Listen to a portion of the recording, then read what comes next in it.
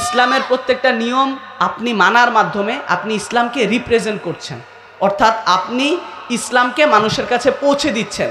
সবসময় কথা বইলা কিন্তু মানুষের মন জয় করা যায় না, কিছু কিছু সময় কাজ দিয়েও মনকে জয় করতে হয়, ঠিক কিনা? এই জন্য যারা আমরা মুসলমান রয়েছি, যারা আমরা ইসলামকে মানি, ধর্মপ্রাণ আমরা যারা মুসলমান রয়েছি, আমরা সকলেই চেষ্টা করব ইসলামের বিধিবিধানগুলোকে, একটু কষ্ট হবে কারণ আমরা এমন একটা পরিস্থিতিতে ছিলাম যা ইচ্ছা তা করতে পারছি, যা ইচ্ছা, খারাপ কাজের একটা সয়লাভ হয়ে গেছিল এই বাংলাদেশটা। কিন্তু এখন আল্লাহর অশেষ রহমতে আমাদের যারা মুসলমান যারা আমরা রয়েছি, যারা ইসলামকে চর্চা করতে চাই, এরকম একটা সুন্দর পরিবেশ কিন্তু আমাদের মাঝে বিরাজ করতেছে, সুবহানাল্লাহ। এই সময়টা কিন্তু আগে ছিল না, যেহেতু এই সময়টা এখন আসছে, এই সময়টাকে কাজে লাগাইতে হবে। আগে আমাদের অনেক অজুহাত ছিল যে হ্যাঁ আমরা চাইলেও পারি না, দাড়ি রাখতে পারি না, দইরা নিয়ে যায়, ঠিক কিনা? কিন্তু এখন দাড়ি রাখতে কিন্তু কোনো বাধা নাই। এখন যদি দাড়ি না রাখেন তাহলে কিন্তু আসলেই সত্যিকারের গুনাহগার হবেন আপনি। শয়তানের প্ররোচনায় পড়ে আপনি দাড়ি রাখতেছেন না, আপনি কিন্তু এখন কোনো বাহানা দিতে পারবেন না। আপনি 5 ওয়াক্ত নামাজ পড়তে পারবেন এখন, আগে নামাজ পড়তে পারতেন না। নামাজ পড়তে কি সন্দেহের চোখে পড়া যাইতেন যে নামাজ পড়তেছে ছেলেটা মনে করো সংগঠনের সাথে জড়িত, ঠিক কিনা? কিন্তু এখন কিন্তু এই সমস্যা আর নাই। আপনি চাইলেই 5 ওয়াক্ত নামাজ পড়তে পারতেছেন, আপনি চাইলেই টুপি পড়তে পারতেছেন, চাইলেই আপনি পাঞ্জাবি পড়তে পারতেছেন, দাড়ি রাখতে পারতেছেন। তো এই জন্য এই সময়টাকে আমাদেরকে কাজে লাগাইতে হবে, এই সময়টাকে সুন্দরভাবে সুগঠিতভাবে আমাদেরকে কাজে লাগাইতে হবে। আমরা সকলেই কাজে লাগাবো ইনশাআল্লাহ। আল্লাহ যেন আমাদের সকলকেই ইসলামের প্রত্যেকটি বিধিবিধান মেনে চলার তৌফিক দান করেন। আমাদের দৈনন্দিন জীবনে ইসলামের যেই বিধিবিধানগুলো রয়েছে, বিশেষ করে 5 ওয়াক্ত নামাজ, বিশেষ করে ফজর নামাজ, আসরের নামাজ, যেই নামাজগুলো মিস হওয়ার সম্ভাবনা বেশি থাকে, এই নামাজগুলো যাতে আমরা সব সময় পড়তে পারি, ইসলামের বিধিবিধানগুলোকে যাতে আমরা সব সময় মানতে পারি। আল্লাহ তাআলা যেন আমাদের সকলকে এই তৌফিক দান করেন। আমরা সকলেই বলি আমিন। আমরা যেই সেক্টরে রয়েছি সেই সেক্টর থেকে, সেই জায়গা থেকে আমরা চেষ্টা করব কোনো না কোনোভাবে একটা শব্দ, 2টা শব্দ, কোনো আমল, কোনো ভালো কাজ আমরা মানুষকে শেখানোর মাধ্যমে আল্লাহর দ্বীনটিকে প্রতিষ্ঠা করা। আমরা মুসলমান হিসেবে এই দায়িত্বটি আমাদের সকলের উপর কিন্তু ফরজ। আমরা যদি এই কাজটি না করি তাহলে কিন্তু আমরা গুনাহগার হতে হবে।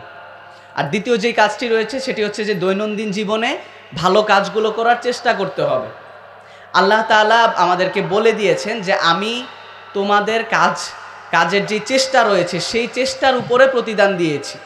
আপনারা সকলেই জানেন আমরা যেই আমল করছি, আমাদের দৈনন্দিন জীবনে যে আমল করছি, নামাজ পড়ছি, রোজা রাখছি, হজ রাখছি, যদি আল্লাহ তাআলা কিয়ামত দিবসে হাসরের দিন যদি ভালো করে আমাদের থেকে হিসাব নেওয়া হয়, আমরা কি কেউ জান্নাতে যাইতে পারবো? অবশ্যই না। আল্লাহ তাআলা যদি আমাদেরকে হিসাব নেওয়া শুরু করেন আমাদের একজন থেকে, যে তুমি কি করছো সারা জীবনে আমাকে হিসাব দাও, আমরা কি কেউ জান্নাতে যাইতে পারবো? অবশ্যই পারবো না। কারণ আমাদের কাছে ওই আমলটুকু নাই যে আমলটা দিয়ে আমরা জান্নাতে যাব।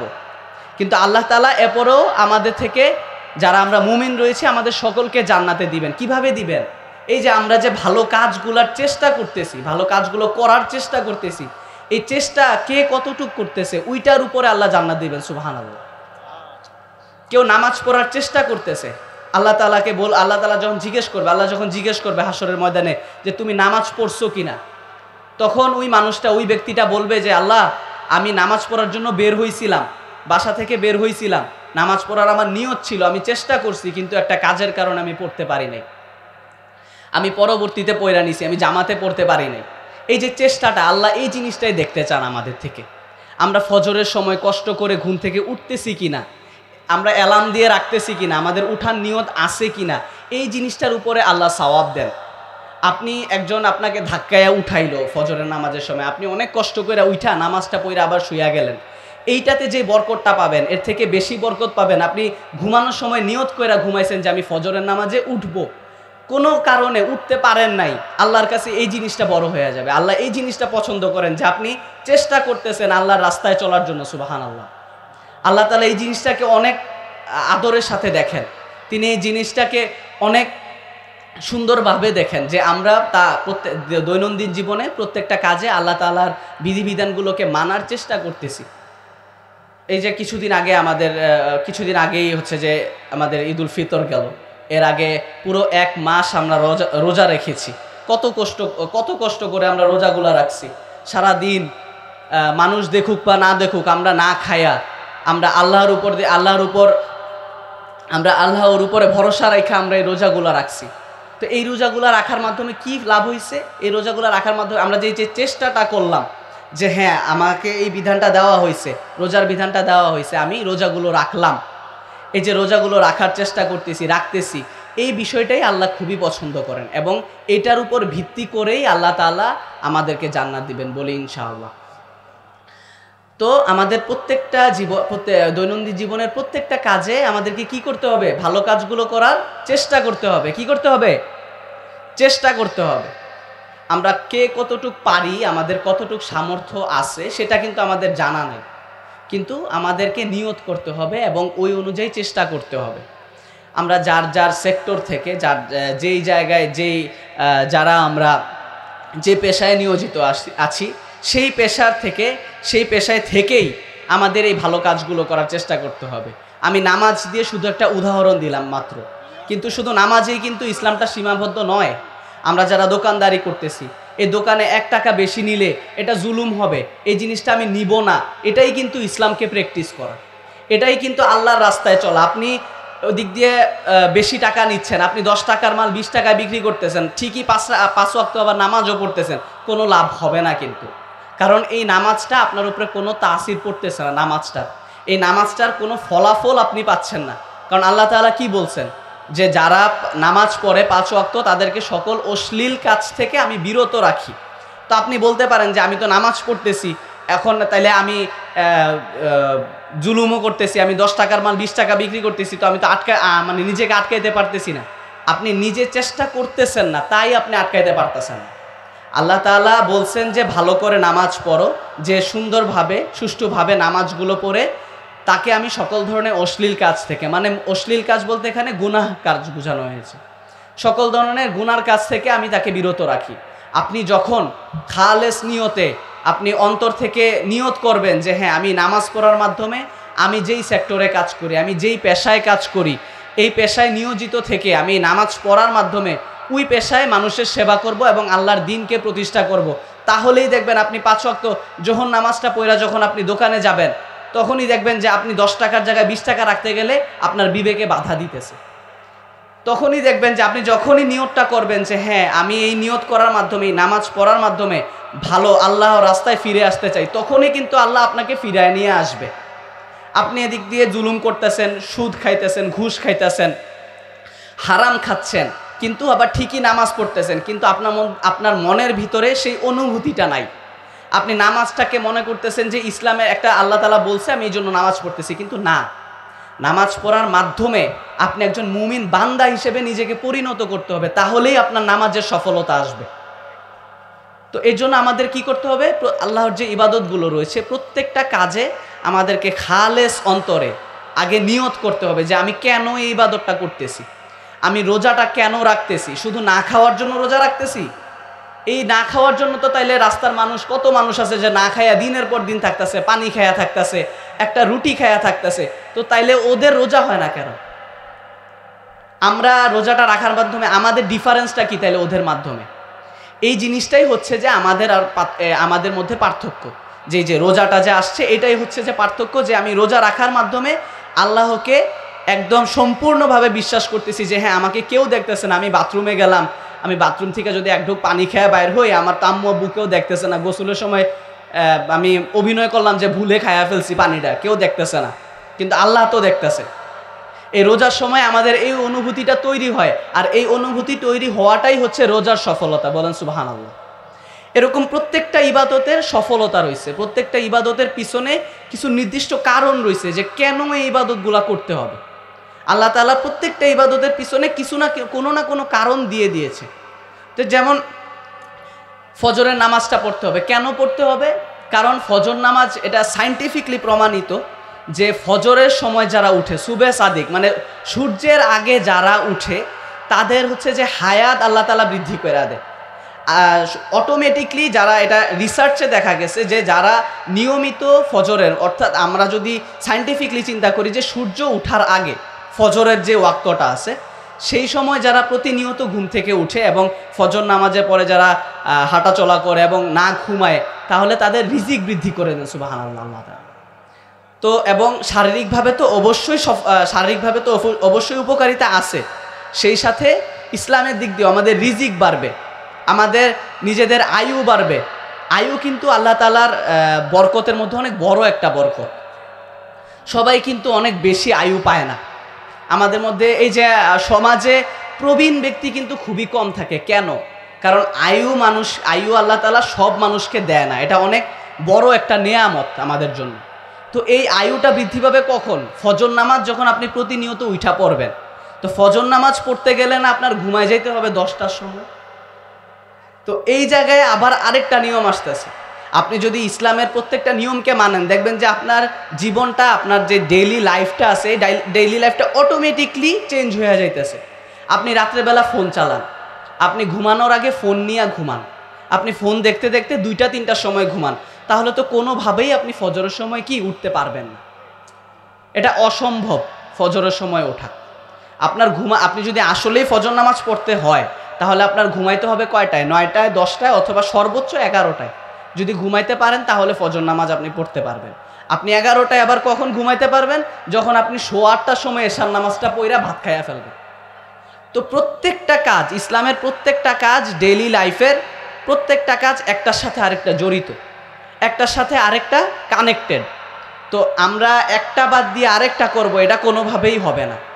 আপনি বাইরে থাকবেন লেট নাইট পর্যন্ত, আপনি বাহির থেকে বাসায় আসবেন 12টার সময়, আইসা আপনি এশার নামাজ পড়বেন, এরপরে ঘুমাইতে যাবেন 2টার সময়, আপনি আবার ফজর নামাজ পড়ার চিন্তা করবেন। এটা আপনার চিন্তা না, এটা আপনার অভিনয়। আপনি চিন্তা করতেছেন যে আমি ফজর নামাজ পড়বো, 2টার সময় ঘুমাইতে যাই, কোনো সমস্যা নাই, কিন্তু আপনি এটা পারবেন না। আপনি নিজেও জানেন পারবেন না, কিন্তু আপনি এরপরও দেখাইতেছেন যে হ্যাঁ আমি ঠিক আছে ফজর নামাজ পড়বো, আমি রাত্রে দেরি করে ঘুমাইলেও ফজর নামাজে কিন্তু আমি উঠবই। আপনি মানুষকে বইলা টইলা ঘুমাইতেছেন, অ্যালার্ম টেলার্ম দিয়ে ঘুমাইতেছেন। ঠিকই দেখা যাবে যে ফজর নামাজের সময় আপনি কখন অ্যালার্ম বন্ধ করছেন আপনি নিজেও জানেন না। এটা কোনোভাবেই সম্ভব না আপনি তখন উঠবেন। হয়তোবা আপনার সারা রাত জায়গা থাকতে হবে ফজর নামাজ পড়ার জন্য। আপনি যদি 2টার সময় ঘুমাইতে যান, আপনি ঘুমাইতে পারবেন। তো এই জন্য যে জিনিসটা বলতেছিলাম, যে দৈনন্দিন জীবনের প্রত্যেকটা কাজের সাথে আমাদের ইসলাম জড়িত। আমাদের দৈনন্দিন জীবনের আমাদের যে পেশা রয়েছে, আমি ছাত্র, যারা আমরা দোকান রয়েছে, যারা আমরা জব করি, প্রত্যেকটা সেক্টরেই ইসলাম কানেক্টেড। কারণ আল্লাহ তাআলা বলে দিয়েছেন যে ইসলাম হলো আমাদের জন্য একটি পরিপূর্ণ জীবন ব্যবস্থা। এই পরিপূর্ণ জীবন ব্যবস্থা আর কোনো ধর্মে নাই। প্রত্যেকটা ধর্মের একটাই মূলনীতি, সেটা হচ্ছে যে তুমি যা করো আমার সাথে, ধর্মের সাথে কোনো কি সম্পর্ক নাই। তুমি সময় মতো আইসা, মনে করো যারা হিন্দু ধর্ম, সময় মতো আইসা আপনি মন্দিরে গেলেন বা যেটাই করলেন, ওদের যে নিয়ম নীতি রয়েছে, এটার সাথে ধর্মের কিন্তু কোনো সম্পর্ক নাই, কোনো নিয়মও নাই ওদের নির্দিষ্ট। তো এই জন্য শুধুমাত্র একটা ধর্মই আল্লাহ তাআলা যে বলে দিয়েছেন যে ইসলাম ধর্ম তোমাদের জন্য পরিপূর্ণ একটি ধর্ম। অর্থাৎ আমাদের দৈনন্দিন জীবনের প্রত্যেকটা কাজে ইসলাম সম্পৃক্ত, প্রত্যেকটা কাজে ইসলাম জড়িত। এজন্য আমাদের সকলকে খেয়াল রাখতে হবে যে আমরা যে কাজগুলো করছি, এই কাজগুলো আমরা প্রথমত খালেস নিয়তে করছি কিনা। এটা হচ্ছে সর্বপ্রথম আমাদের শর্ত। প্রত্যেকটা ইবাদত করার প্রথম শর্ত কি? খালেস নিয়তে কি নিয়ত করতে হবে, খালেস অন্তরে নিয়ত করতে হবে, প্রথম শর্ত। এই শর্তটা যখন আপনি মানতে পারবেন, তখন দেখবেন যে আপনার কাছে ইবাদত করাগুলা মজা লাগতেছে। আপনি নামাজ পড়তেছেন, আপনার কাছে মজা লাগতেছে, আপনি কোরআন তেলাওয়াত করতে আপনার ইচ্ছা করবে। এই যে আমি নিজেকে দিয়েই বলি, যেহেতু আমি আপনাদের ছোট ভাই, আমি এখনও পড়াশোনা করছি, আমাদের এই বয়সের বেশিরভাগের সমস্যা হচ্ছে কি, আমরা নামাজ পড়ি কিন্তু মজা পাই না। আমরা নামাজে মজা পাই না। কেন মজা পাই না? কারণ ওই যে আমরা খালেস অন্তরে নিয়ত করতে পারতেছি না যে এই যে নামাজটা পড়ার মাধ্যমে আমি সকল খারাপ কাজ থেকে দূরে থাকবো। এই যে নিয়তটা যে আমরা করতে পারতেছি না, এই কারণে আমরা মজা পাইতেছি না। বের হইয়া বিভিন্ন অপকর্মে বা বিভিন্ন কবিরা গুনায় আবার জড়ায় যাইতেছি। আবার যখন মসজিদে আসতেছি নামাজ পড়তেছি, এই জন্য আমাদের একটার সাথে আরেকটার কিন্তু সম্পর্ক কি বিচ্ছিন্ন হয়ে যাইতেছে। নামাজের সাথে যে ভালো কাজগুলো করার কথা, এই কাজগুলো কিন্তু আমরা করতে পারতেছি না, এই কারণে নামাজে মজা পাই না। তো আমাদের সর্বপ্রথম, কেউ কথা বলবেন না প্লিজ, কেউ আওয়াজ করবেন না, বসে যান, যারা আসছেন সবাই বসে যান। আমি আমার কথা একদমই শেষের দিকে, আপনারা বসে যান, কিছুক্ষণের মধ্যেই পিসাই হুজুর এসে পড়বেন। আপনারা কেউ আওয়াজ করবেন না দয়া করে, আমি একদমই শেষ করে দিচ্ছি, কেউ আওয়াজ করবেন না। তো আমরা যে বিষয়টি বুঝলাম এই আলোচনা থেকে, সেটি হচ্ছে যে আমাদের সর্বপ্রথম জীবনের প্রত্যেকটা কাজে, প্রত্যেকটা ইবাদতে আমাদের প্রথমে কি করতে হবে? নিয়ত করতে হবে। যখনই আমরা নিয়ত করতে পারবো তখন হচ্ছে যে আমরা ইবাদতে মজা পাবো, আমরা ওই কাজগুলো ভালোভাবে করতে পারবো। এবং এই কাজগুলো করার মাধ্যমে আরেকটা জিনিস করতে হবে, সেটি হচ্ছে যে এই জমিনে, বাংলার জমিনে, এই পৃথিবীতে, দুনিয়ার জমিনে আমাদেরকে ইসলাম প্রতিষ্ঠা করতে হবে। প্রত্যেকটা জায়গায় ইসলামের দাওয়াত দিতে হবে। প্রত্যেকটা জায়গায় আমরা যেই সেক্টরে কাজ করি সেই জায়গা থেকে ইসলামের দাওয়াত দিতে হবে। আমরা সকলে পারবো তো ইনশাআল্লাহ? এই কাজটি খুবই গুরুত্বপূর্ণ আমাদের এই বর্তমান সমাজে, এই বর্তমান সময়ে, এই প্রেক্ষাপটে ইসলামের দাওয়াত দেওয়া, ইসলামের যেই বিধিবিধানগুলো রয়েছে সেই বিধিবিধানগুলোকে প্রতিষ্ঠা করা আমাদের সকলের জন্য এটি গুরুত্বপূর্ণ একটি কর্তব্য। আমরা এই কর্তব্যটি পালন করতেই হবে। বিশেষ করে আমাদের এই বাংলাদেশে এখন যে সময়টি যাচ্ছে, এই সময়টি খুবই ক্রিটিক্যাল, এই সময়টি খুবই কঠিন। এই সময়টিতে দেখবেন যে বিভিন্নভাবে বিভিন্ন মতাদর্শের মানুষের কিন্তু এখন আবির্ভাব হচ্ছে। কিছুদিন আগে দেখলেন আপনারা যে ওই যে কথিত নারীবাদীদের যে একটি মতাদর্শের যে কিছু নারীরা যারা প্রধান উপদেষ্টার কাছে বিভিন্ন পরামর্শ নিয়ে গিয়েছিলেন, এটাও কিন্তু একটা গভীর ষড়যন্ত্র আমাদের জন্য। আমাদের যেই ঘরের মা বোনরা রয়েছে, যারা আমরা পর্দার ভিতরে থাকতে চাই, পর্দার ভিতরে রাখতে চাই, তারা আমাদেরকে পর্দা থেকে বাহির করে আনতে চায়, ঠিক কিনা বলুন? এই কাজগুলো কিন্তু করতে দেওয়া যাবে না। এখন এমন একটা সময়ে আমরা অতিবাহিত করছি, যেই সময়টাতে সবাই সবার কথা নিয়ে ব্যস্ত, সবাই সবার মতাদর্শ সবার মাঝে বিস্তার করা নিয়ে ব্যস্ত। এই কাজটার সময় আমাদের সকলের উচিত, আমরা যারা ইসলামকে মানি, আমরা যারা মন থেকে আল্লাহকে বিশ্বাস করি, রাসূল সাল্লাল্লাহু আলাইহি সাল্লামকে সর্বশেষ নবী হিসেবে বিশ্বাস করি, আমাদের সকলের কর্তব্য আমাদের প্রত্যেকটি সমাজে প্রত্যেকটি ব্যক্তিগত জায়গা থেকে যারা আমরা পরিবারের কর্তা রয়েছি, তাদের বিশেষ দায়িত্ব যে আমাদের পরিবারটিকে ইসলাম কেন্দ্রিক করে তোলা, ঠিক কিনা বলুন? প্রত্যেকটা পরিবারের যারা কর্তা রয়েছেন আপনারা চেষ্টা করবেন, চেষ্টা না, এটা আপনাদের করতেই হবে। এখন এটি আপনাদের জন্য ফরজ যে আপনাদের যাদের মেয়ে রয়েছে, যারা স্ত্রী রয়েছে, আমাদের মা বোনরা রয়েছে, তাদেরকে পর্দার মধ্যে রাখা এটা আপনার জন্য ফরজ। আপনি যদি তাদেরকে পর্দার মধ্যে রাখতে না পারেন, তাহলে কিয়ামতের দিবসে এই কারণে আপনি জাহান্নামে যাবেন, বলেন নাউজুবিল্লাহ। আপনি আপনার মেয়েকে, আপনি আপনার স্ত্রীকে, আমাদের মা বোনদেরকে, যারা ফ্যামিলিগতভাবে যারা কর্তা রয়েছেন, যাদের আন্ডারে ওনারা থাকেন, ওনারা যদি পর্দা করাতে ব্যাহত হন বা পর্দা করাতে না পারেন, আপনার কথা যদি না শোনে, কোনো কারণে আপনি পর্দা করাতে পারতেছেন না, এই কারণে কিন্তু আপনি গুনাহগার হবেন। আপনি কিন্তু হাসরের ময়দানে এইটা বললে পার পাইতে পাইবেন না যে আমি তো বলছিলাম উনি শুনে নাই, এটা কিন্তু বললে আপনি পার পাইতে পারবেন না। আপনার মেয়ে মানে আপনাকেই পর্দা করাইতে হবে, এটা আপনার দায়িত্ব, ঠিক কিনা? এই জিনিসটা আমাদের সকলকে মানতে হবে। এই বর্তমান সমাজে, এই বাংলাদেশের যে প্রেক্ষাপট রয়েছে, এই প্রেক্ষাপটে বর্তমান সময়টি খুবই কঠিন যাচ্ছে আমাদের, বিশেষ করে আমাদের মুসলমানদের জন্য। পার্শ্ববর্তী দেশে আপনারা গতকালকে দেখেছেন, পার্শ্ববর্তী দেশে ভারতে, পাকিস্তানে অলরেডি কিন্তু যুদ্ধ শুরু হয়েছে। আপনারা সবাই জানেন কিনা জানি না, কাশ্মীরকে কেন্দ্র করে কিছুদিন আগে যেই হামলা রয়েছে, সেই হামলাকে কেন্দ্র করে অলরেডি পাকিস্তান এবং ইন্ডিয়ার মধ্যে কিন্তু যুদ্ধ শুরু হয়েছে।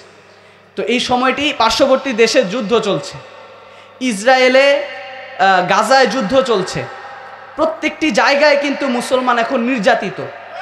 এই বাংলাদেশেও কিছুদিন আগ পর্যন্ত মুসলমানরা কিন্তু নির্যাতিত ছিল, ঠিক কিনা? কিন্তু এখন থেকে মুসলমানরা আর নির্যাতিত থাকবে না। আমরা যার জায়গা থেকে ইসলামকে নিয়ে কথা বলতে হবে, ইসলামকে নিয়ে মানুষের মধ্যে সচেতনতা তৈরি করতে হবে। আমাদের প্রত্যেকটা সমাজে ইসলামকে নিয়ে, আমাদের প্রত্যেকটা মসজিদ কেন্দ্রিক, প্রত্যেকটা এরকম মাহফিল কেন্দ্রিক, প্রোগ্রাম কেন্দ্রিক ইসলামকে নিয়ে বেশি বেশি আলোচনা করতে হবে, যেন মানুষের মধ্যে ইসলামকে নিয়ে তাদের সফট কর্নার তৈরি হয়, ঠিক কিনা? ইসলাম যেন তারা তাদের দৈনন্দিন জীবনে যারা ইসলাম মানে না তারা যেন ইসলাম মানতে আগ্রহী হয়, এই জন্য আমাদের বেশি বেশি ইসলাম নিয়ে কথা বলতে হবে, ঠিক কিনা? আমাদের যারা আমরা কথা বলবো তাদের সবার প্রথমে কি করতে হবে? নিজেদেরকে আগে শুদ্ধ করতে হবে, নিজেদেরকে আগে ইসলামের বিধিবিধানগুলোর মধ্যে আনতে হবে। আপনি যখনই ইসলামের বিধিবিধানগুলোর মধ্যে আপনি নিজেকে নিয়ে আসবেন, নিজেকে আপনি ইসলামের একটি আয়না হিসেবে মানুষের সামনে প্রদর্শন করতে পারবেন, তখনই কিন্তু মানুষ আপনার প্রতি কি হবে? আগ্রহ সৃষ্টি হবে, ঠিক কিনা? আমার কথা একদমই শেষের দিকে, আমি খুবই হয়তোবা লম্বা সময় নিয়ে নিয়েছি আপনাদের, আমি আর অপেক্ষা করাতে চাই না, কারণ আপনারা সকলেই অধীর আগ্রহে অপেক্ষা করছেন যে আজকের যেই প্রধান বক্তা রয়েছেন ওনার আলোচনা আপনারা শুনবেন। উনি এখনই এসে পড়বেন এই মঞ্চে। তো আমি আমার কথা শেষ করব আর একটি কথা বলে, এই কথাটির মাধ্যমে আমি কথা শেষ করব, আমি আর দীর্ঘায়িত করব না, আপনাদেরকে আর অপেক্ষায় রাখবো না ইনশাআল্লাহ। আল্লাহ তাআলা যেন আমাদের সকলকে কবুল করেন, আমরা সকলেই বলি আমিন। তো যে বিষয়টি বলার চেষ্টা করছিলাম, যে বিষয়টি বলে শেষ করতে চাই, সেই বিষয়টি হলো আমাদের যেই জীবন রয়েছে, আমরা যে আমাদের যে জীবন, আল্লাহ তাআলা আমাদেরকে যে জীবন উপহার দিয়েছেন, এই জীবন কিন্তু খুবই সংক্ষিপ্ত। তো এই জীবনের পরেই কিন্তু হচ্ছে অনন্তকাল, হচ্ছে আমরা জান্নাতে থাকবো, হাসরের ময়দানে আমরা জান্নাতে থাকবো, ওইটাই কিন্তু অনন্তকাল। এটা কি আমরা সবাই বিশ্বাস করি কিনা? আমরা সবাই জানি কিনা? তো যে এই জন্য হচ্ছে যে আমাদেরকে এই জীবনটাতেই আমাদের কিছু কইরা যাইতে হবে যেন মানুষ আমাদেরকে মনে রাখে, ঠিক কিনা? আমরা এমন কিছু কাজ করতে হবে যাতে আমাদের সৎকায়ে জারিয়া হিসেবে তৈরি হয়ে যায়, ঠিক কিনা? যেহেতু সময় কম, আমি শুধু একটি বিষয় নিয়েই কথা বলবো। সেই বিষয়টি হচ্ছে যে ইসলামের খুবই গুরুত্বপূর্ণ একটি মৌলিক বিষয়, আল্লাহ তাআলা আমাদেরকে কি জন্য সৃষ্টি করেছেন, এত ফেরেশতা থাকতে, এত মাখলুকাত থাকতে কেন আমাদেরকে সকল মাখলুকাতের শ্রেষ্ঠ জীব হিসেবে আমাদেরকে উপাধি দিয়েছেন, আমাদের শ্রেষ্ঠ জীব হিসেবে অভিষিত করেছেন, কেন করেছেন? এটির পিছনে আল্লাহ তাআলার খুবই, আমরা কথা না বলে, এই যে বাচ্চারা আস্তে কথা বলা যাবে না, কিছুক্ষণ আলোচনা করব, মনোযোগ দিয়ে শুনতে হবে, শুনতে পারবো তো ইনশাআল্লাহ? জি। তো যেটি বলছিলাম, আল্লাহ তাআলা আমাদেরকে সৃষ্টি করেছেন গুরুত্বপূর্ণ দুইটি কারণে। কয়টি কারণে? তো দুইটি কারণটির প্রথম কারণটি হলো আল্লাহ তাআলার যে দিন রয়েছে সেই দিনকে এই দুনিয়ার জমিনে কায়েম করা। প্রত্যেকটি রাষ্ট্রে, প্রত্যেকটি দেশে, তার একটা মানুষের ব্যক্তিগত জীবনে, তার রাষ্ট্রীয় জীবনে, প্রত্যেকটি সেক্টরে আল্লাহ তাআলার দিনকে কায়েম করা, এটি হচ্ছে আল্লাহ তাআলা আমাদেরকে সৃষ্টি করার প্রথম উদ্দেশ্য। আর দ্বিতীয় উদ্দেশ্যটি হলো যে দিন কায়েমের পাশাপাশি আমাদের দৈনন্দিন জীবনে ভালো কাজ, যে কাজগুলো আল্লাহ তাআলা করতে বলেছেন এবং যে কাজগুলো আল্লাহ নিষেধ করেছেন সেই কাজগুলো না করার এবং ভালো কাজগুলো করার চেষ্টা করা। কি আমরা কি বুঝতে পারছি? এখনও কিন্তু আওয়াজ হচ্ছে, দয়া করে আওয়াজ করবেন না কেউ, যারা আসছেন কোনো আওয়াজ ছাড়া বসে যান, হুজুর কিছুক্ষণের মধ্যে আসবে, কোনো আওয়াজ ছাড়া বসে যান, বিশৃঙ্খলা সৃষ্টি করবেন না। তো দ্বিতীয় যেই কারণটি রয়েছে, দ্বিতীয় যেই উদ্দেশ্যটি রয়েছে, আমাদেরকে সৃষ্টির মহাজীব হিসেবে যে অভিষিত করেছেন আমাদেরকে, এটার কারণ হচ্ছে দৈনন্দিন জীবনে যে ভালো কাজগুলো রয়েছে সেই কাজগুলো করার চেষ্টা করা। আমি এখানে কেন চেষ্টা করার কথা বলছি এটি আপনাদের মনে প্রশ্ন জাগতে পারে। স্বাভাবিকভাবে আমরা শুনে এসেছি যে খারাপ কাজগুলোকে বর্জন করতে হবে এবং ভালো কাজগুলো আমাদের দৈনন্দিন জীবনে বেশি বেশি করতে হবে, এটাই তো আমরা শুনেছি নাকি? কিন্তু মেইন বিষয়টি হলো যে মূল বিষয়টি হলো সেটি হচ্ছে যে ভালো কাজগুলো করার চেষ্টা করা। কারণ দেখা যাচ্ছে যে আমাদের দৈনন্দিন জীবনে আমরা যারাই ইসলামকে প্র্যাকটিস করা ট্রাই করি, ইসলামকে মানা ট্রাই করি আমাদের জীবনে, তো আমরা সকলেই চেষ্টা করি যে ভালো কাজগুলো করার, কিন্তু অনেক সময় কাজগুলো করা হয়ে ওঠে না। আমরা নিয়ত করলাম যে আজকে আমরা এশার নামাজ জামাতে পড়ব, একজন মানুষ হিসেবে, ব্যক্তিগত একজন মানুষ হিসেবে আমি নিয়ত করলাম যে আজকে আমি এশার নামাজটা জামাতের সাথে পড়ব। কোনো না কোনো কারণে নামাজটা পড়তে পারলাম না, জামাতে নামাজটা পড়তে পারলাম না।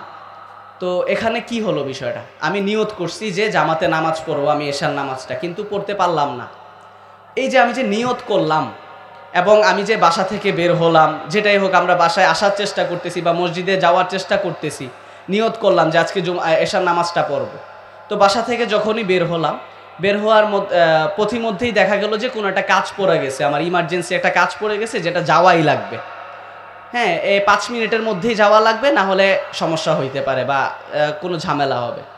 তো আমি নামাজটা পড়তে পারলাম না, পরবর্তীতে এসে বাসায় পড়লাম, জামাতে আর পড়তে পারলাম না। তো এখানেও কিন্তু আমাদের মুমিন হিসেবে একটা লাভ রয়েছে। লাভটা কি? সেটা হচ্ছে যে এই যে আমরা যে নিয়ত করছি, আমরা নিয়ত কইরা যে বাসা থেকে বের হইছি, যে আমরা নামাজ পড়তে যাইতেছি, এই যে প্রত্যেকটা যে কদম দিতেছি, প্রত্যেকটা কদমে আমাদের জন্য সওয়াব লেখা হইতেছে, সুবহানাল্লাহ। আমরা যে নিয়তটা করছি, যে ভালো একটা নিয়ত করছি এশার নামাজটা জামাতে পড়বো, এটার জন্য আল্লাহ তাআলা আমাদেরকে অলরেডি সওয়াব দিয়ে দিয়েছেন। আমরা কিন্তু নামাজটা তখনও পড়তে পারি নাই, আমরা কিন্তু মসজিদে যাইতে পারি নাই, তাও আমরা সওয়াব পাইছি। কেন? কারণ আমরা ভালো কাজ করার, আল্লাহ তাআলা যে কাজটা করতে বলছেন সেই কাজটা করার ট্রাই করেছি, সেই কাজটা করার আমরা চেষ্টা করেছি। তো এই কারণে আমরা সওয়াবটা পেয়েছি। আমরা পরবর্তীতে এসে বাসায় নামাজটা পড়লাম, কিন্তু যে জামাতের নামাজ পড়ার যে নিয়তটা করছি, এই কারণে আমরা একটা সওয়াব পেয়েছি। তো এই কারণে দ্বিতীয় উদ্দেশ্যটা এসেছে। দ্বিতীয় উদ্দেশ্যটা হলো দৈনন্দিন জীবনে ভালো কাজ করার চেষ্টা করা। আমাদের প্রত্যেকটা সেক্টরে আমরা যারা দোকানদারি করি, আমাদের যাদের দোকান রয়েছে, যারা জমিতে কাজ করি, যারা পড়াশোনা করতেছি, আমার মতো যারা ছাত্র রয়েছেন, তাদের প্রত্যেকটা জীবনেই একটাই উদ্দেশ্য থাকা উচিত। সেই উদ্দেশ্যটি দুইটি উদ্দেশ্য থাকা উচিত। উদ্দেশ্যটি হলো, প্রথম উদ্দেশ্যটি হলো আমি আল্লাহর দ্বীনকে কায়েম করব। এই জমিনে আমি আল্লাহর দ্বীনকে কায়েম করব তো ইনশাআল্লাহ। সাইয়্যিদিনা মাওলানা মুহাম্মদ আল্লাহুম্মা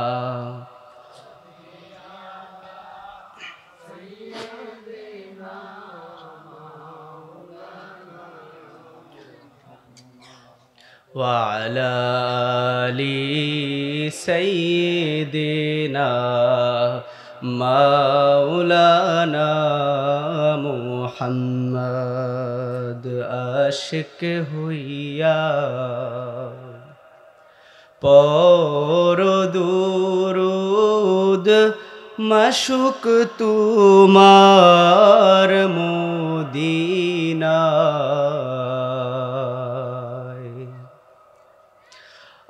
আশিক হইয়া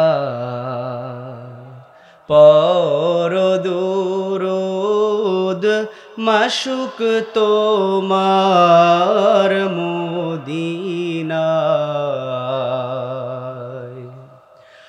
আশিক যদি হইতে পারো, আশিক যদি হইতে পারো, যাইবা সোনার মদিনায়। আল্লাহুম্মা সাল্লি আলা সাইয়্যিদিনা মাওলানা মুহাম্মদ ওয়া আলা আলি مولانا محمد بلغ العلا بكماله كشف الدجى بجماله حسنت جميع خصاله صلوا عليه وآله سلموا يا قوم بل صلوا على صدر الأمين مصطفى ما جاء إلا رحمة للعالمين সবাই বলি আলহামদুলিল্লাহ। আজকের এই ঐতিহ্যবাহী মিরশিকারী দক্ষিণপাড়া আল মদিনা জামে মসজিদ এবং যুব সমাজের উদ্যোগে নবম বার্ষিক ইসলামী মহাসম্মেলন এবং এই মাহফিলে আমরা যারা উপস্থিত হতে পেরেছি, আল্লাহ তাআলা আমাদের যাদেরকে এখানে উপস্থিত হওয়ার তৌফিক দান করেছেন শত ব্যস্ততার মাঝে, সে আল্লাহ তাআলার শুকরিয়া জ্ঞাপন করে আমরা সকলেই বলি আলহামদুলিল্লাহ। আপনারা যারা এখনও প্যান্ডেলের বাহিরে ঘোরাঘুরি করছেন, কিছুক্ষণের মধ্যেই আপনাদের সকলের প্রিয় মুখ এই দিনই ময়দানের আমাদের সকলের রাহমার আমার শ্রদ্ধেয় বাবা মাওলানা মুশতাক ফয়েজি পীর সাহেব কিছুক্ষণের মধ্যেই এসে উপস্থিত হবেন। আপনারা যারাই ঘোরাঘুরি করছেন, আমি বিশেষভাবে অনুরোধ করব আপনারা সকলেই প্যান্ডেলে এসে বসুন এবং প্রস্তুতি গ্রহণ করুন হুজুরের সেই মহামূল্যবান আলোচনা শোনার জন্য। সময় খুবই সংক্ষিপ্ত, হুজুর কিছুক্ষণের মধ্যে আসবেন। এর আগ দিয়ে আমি আপনাদের সামনে, আমি ছোট মানুষ, আপনাদের ছোট ভাই, কিছু কথা বলার চেষ্টা করব। আল্লাহ তাআলা যেন আমাকে সেই কথাগুলো বলার এবং আপনাদেরকে সেই কথাগুলো ধৈর্য সহকারে শোনার তৌফিক দান করেন। আমরা সকলেই বলি আমিন। আমাদের প্রধান বক্তা এসে পড়ছেন, আমি আমার কথা এখানে শেষ করছি। আসসালামু আলাইকুম ওয়া রাহমাতুল্লাহি ওয়া বারাকাতুহু।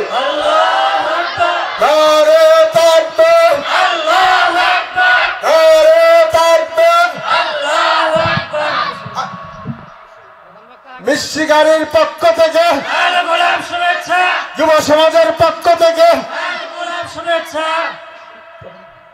প্রধান বক্তার আগমন, প্রধান বক্তার আগমন।